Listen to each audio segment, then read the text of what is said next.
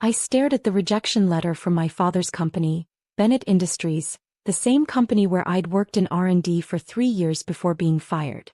Before they called my vision unrealistic, and my inventions stupid wastes of company resources. Ms. Elizabeth Bennett, thank you for your patent submission. Unfortunately, your solar energy storage solution does not align with our current business objectives.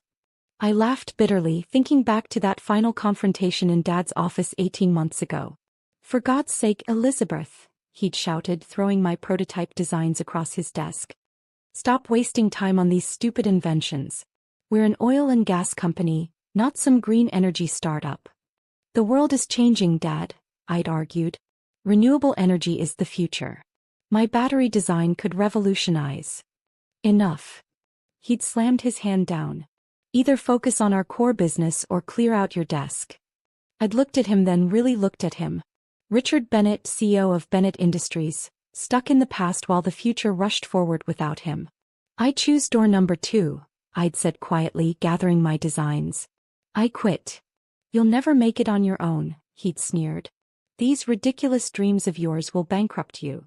Now 18 months later, I sat in my own lab, surrounded by working prototypes of the very technology they'd rejected. My company, Phoenix Energy Solutions, had just completed successful trials of our revolutionary solar battery system, one that could store solar energy for 6 months with minimal loss. Dr. Bennett? My assistant Michael knocked on my door. The test results from the Arizona facility are in. The batteries exceeded all projected metrics. I smiled, remembering Dad's words about bankruptcy. Instead, I'd taken my severance pay, sold my condo, and poured everything into my stupid invention. 3 patents later, we were on the verge of changing the energy industry forever. My phone buzzed, a text from my younger brother James, who still worked at Bennett Industries. Sis, you need to know something. The Saudi contract fell through. Stocks dropping. Dad's desperate. Another notification popped up, a news alert. Bennett Industries shares plummet 40% as oil prices crash and green energy gains ground. I pulled up the company's stock chart. It wasn't just bad, it was catastrophic. Bennett Industries had bet everything on fossil fuels, ignoring the global shift toward renewable energy. Now they were paying the price. Michael, I called out. How many inquiries have we had about licensing our technology? He checked his tablet. 17 major energy companies in the last week. None from Bennett Industries, though. They'll call, I said confidently. They're just too proud to admit they need the technology they called stupid. Right on cue, my phone rang. Bennett Industries' corporate number. Elizabeth Bennett, I answered professionally. Elizabeth, my father's voice was strained. We should talk.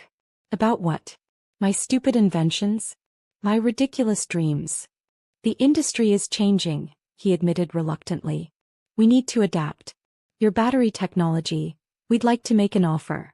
I thought about the nights I'd spent sleeping in my lab, the savings I'd burned through, the doubts I'd pushed aside. I thought about every time they'd mocked my vision of the future. I'll have my lawyers send over our standard licensing terms, I said coolly. No, he interrupted. We want to buy the patents outright. Name your price. I looked around my lab at the technology that would power the future, the dream they'd called stupid. Sorry, I replied. Stupid dreams aren't for sale. Then I hung up, smiling as another news alert popped up. Phoenix Energy Solutions revolutionizes solar storage. Industry insiders predict market disruption. Sometimes the best revenge isn't selling out. It's proving exactly how wrong they were to count you out. My phone buzzed again, probably Dad making another offer. But I was too busy changing the world to answer. After all, stupid dreams take a lot of work to turn into brilliant realities. The next few weeks were a hurricane of activity. As Bennett Industries' stock continued to plummet, Phoenix Energy Solutions was making headlines everywhere. Our solar battery technology had caught the attention of the entire energy sector. Tesla wants to schedule a meeting, Michael reported, rushing into my office. So does General Electric.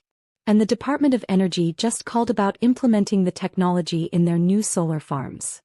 I nodded, reviewing the latest batch of licensing inquiries. My phone hadn't stopped ringing since our successful trial results went public. But one name was conspicuously absent from all official communications: Bennett Industries.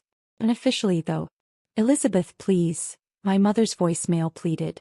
Your father's pride is destroying the company. Just talk to him.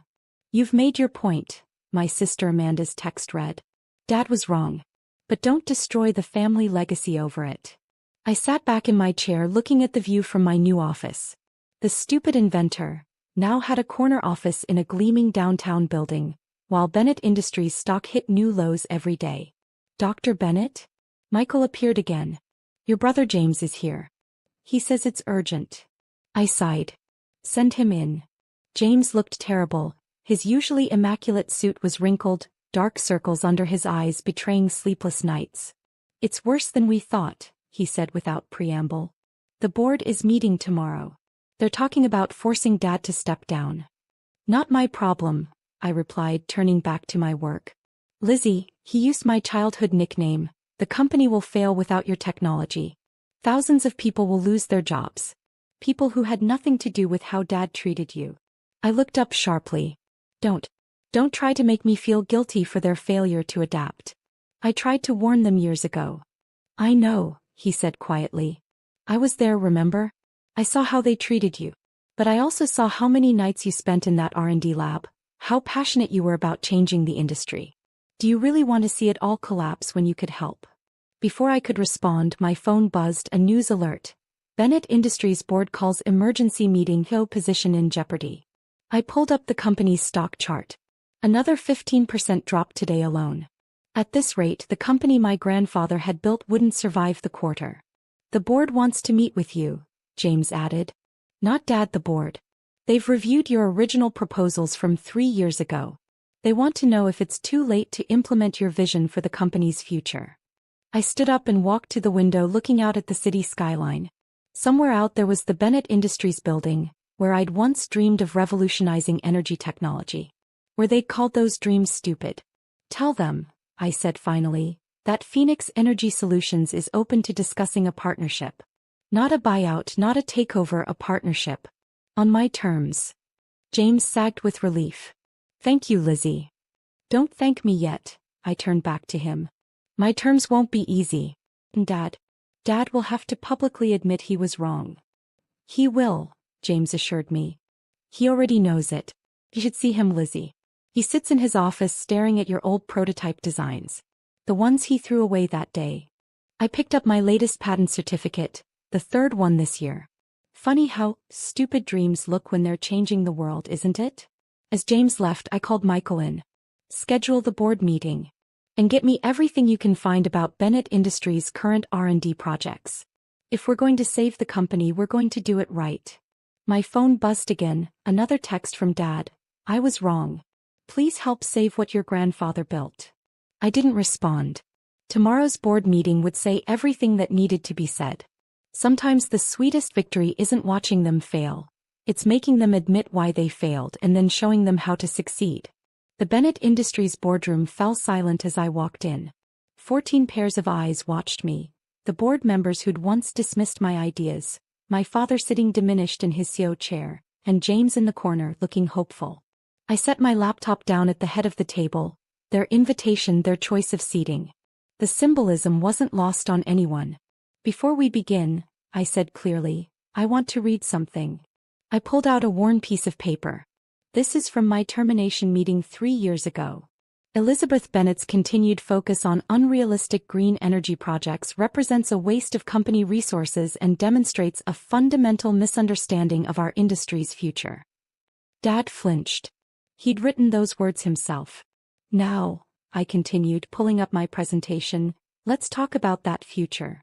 The next hour was a comprehensive breakdown of how Phoenix Energy Solutions could save Bennett Industries. Our battery technology was just the beginning. I laid out a 5-year plan for transitioning the company from fossil fuels to renewable energy leadership. This is extraordinary, the board chairman admitted.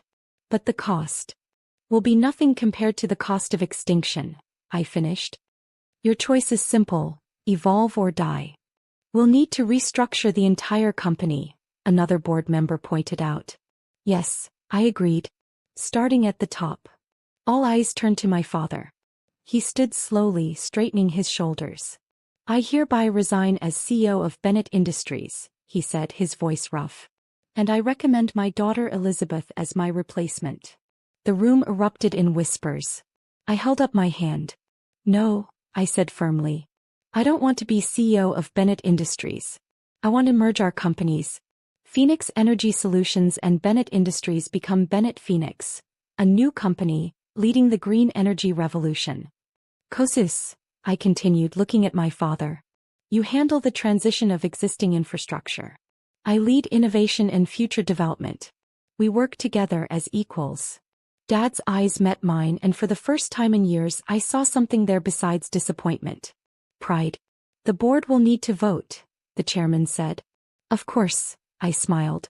While you do that, I should mention that Tesla's offer for an exclusive partnership with Phoenix is still on the table.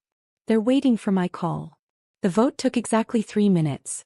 Unanimous approval. As the board members filed out, Dad stayed behind. Elizabeth, he started, then stopped. Your grandfather. He would be so proud. Of the stock price? I asked pointedly.